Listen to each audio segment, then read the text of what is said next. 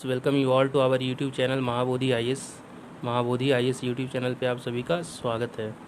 आज बीपीएससी 67 को लेकर पीटी एग्जामिनेशन को लेकर कमीशन की तरफ से एक नोटिफिकेशन जारी किया गया, जिसमें यह स्पष्टता से कहा गया कि एग्जामिनेशन 20 और 22 सितंबर 2022 को दो पालियों, दो अलग अलग डेट को कंडक्ट करा लिया जाएगा। तो इसमें जो सबसे इम्पॉर्टेंट बात कही गई, जिसको लेकर बहुत सारे क्वेरीज और क्वेश्चंस मन में हैं, वह कहा गया कि एग्जामिनेशन जो कंडक्ट कराया जाएगा उसमें इक्यू परसेंटाइल मेथड को यूज किया जाएगा। तो इस कारण से जितने भी अभ्यर्थी हैं उनके मन में एक क्वेरी, एक क्यूरियोसिटी आई है कि इक्यू परसेंटाइल मेथड कैसे काम करता है।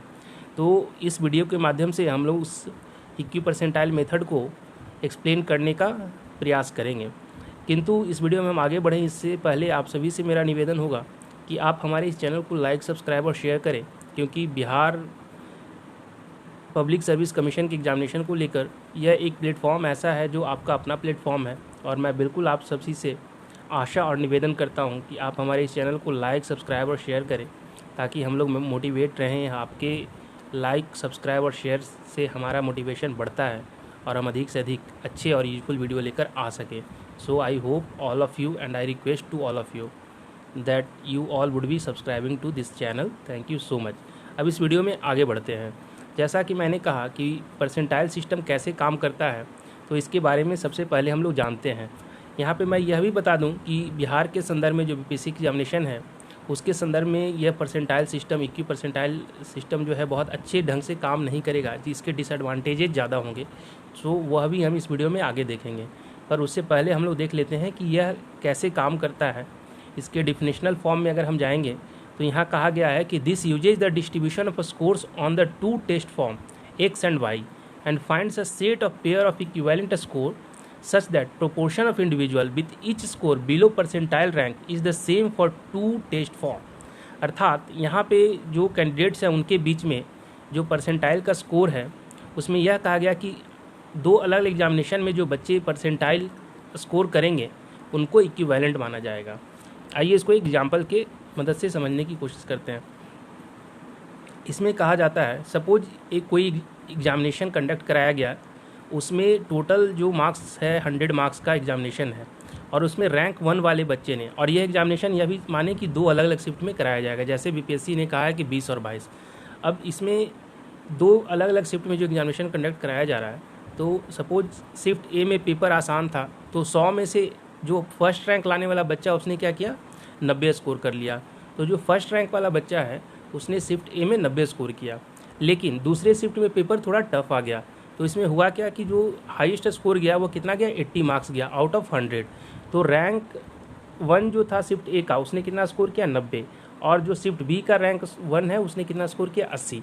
तो 90 में जो मार्क्स उसने ऑब्टेंड किया या 80 स्कोर किया, उससे मतलब नहीं है।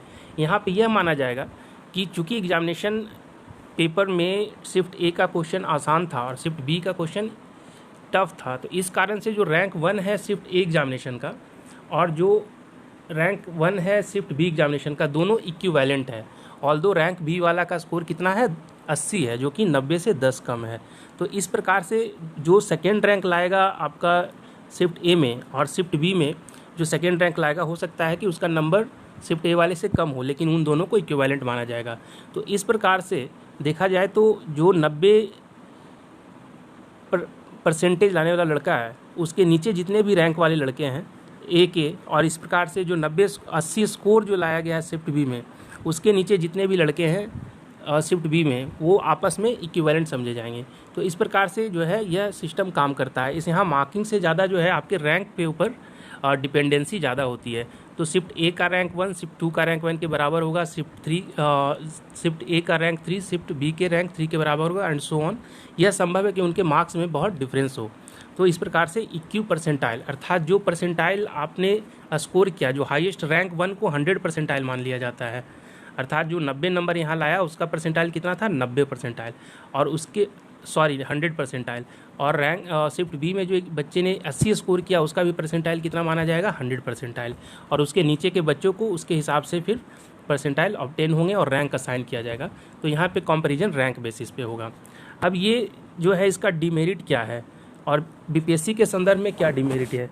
देखिए, ये उस ऐसे एग्जामिनेशन में अच्छे से काम कर सकता है जहाँ पे हर कैंडिडेट को सेक्शनल वाइज अर्थात सब्जेक्ट वाइज क्वालिफाई करना रहता है मैंडेटरी। मान लीजिए कि एक एग्जामिनेशन है जिसमें आपको इंग्लिश में भी पास करना है, मैथ में भी, रीजनिंग में भी, और एक एग्जामिनेशन ऐसे एग्जामिनेशन है तो उसमें यह उम्मीद किया जाता है कि जो बच्चा इंग्लिश में भी मिनिमम स्कोर करे, रीजनिंग में भी करे और मैथ में भी करे और फिर वह पास करे। तो वहाँ पे तो ये चीज़ें ठीक है कि दो अलग अलग एग्जामिनेशन में जो कंडक्ट कराया गया एग्जामिनेशन उसमें एक का स्कोर हायर आया है, एक का स्कोर कम आया है, क्योंकि एक का पेपर इजी था, दूसरे का टफ था। लेकिन यह उम्मीद ज़रूर की जाती है कि वो एग्जामिनेशन में बच्चा जो है इंग्लिश में भी उसको मिनिमम कट ऑफ होना चाहिए और रीजनिंग में भी होना चाहिए, मैथ में भी होना चाहिए। तो इस प्रकार से जो है जहाँ पे sectional subject wise cut off है वहाँ पे तो ये चीज़ फिर भी काम करेगा। लेकिन बीपीएससी में देखिए सेक्शनल कट ऑफ नहीं होता है। बीपीएससी में 150 क्वेश्चंस जो हमारे आते हैं उसमें से कुछ बच्चे ऐसे होंगे जिनका हिस्ट्री अच्छा है, कुछ बच्चे ऐसे होंगे जिनका पॉलिटी अच्छा है। अब हम ये कैसे डिटरमाइन करेंगे कि शिफ्ट ए में सपोज कि हिस्ट्री का क्वेश्चन है, 20 क्वेश्चंस हैं, उन क्वेश्चंस में कुछ बच्चों के लिए वो आसान हो जाएगा, कुछ बच्चे उसको कंसीडर करेंगे कि नहीं बड़ा टफ क्वेश्चंस है, तो उसको आप शिफ्ट बी वाले में हो सकता है जिसका एक बच्चे का हिस्ट्री मजबूत हो तो उसको वो लगेगा कि नहीं ये क्वेश्चन तो बहुत ही आसान है। तो यहाँ पे सब्जेक्टिविटी रहेगी।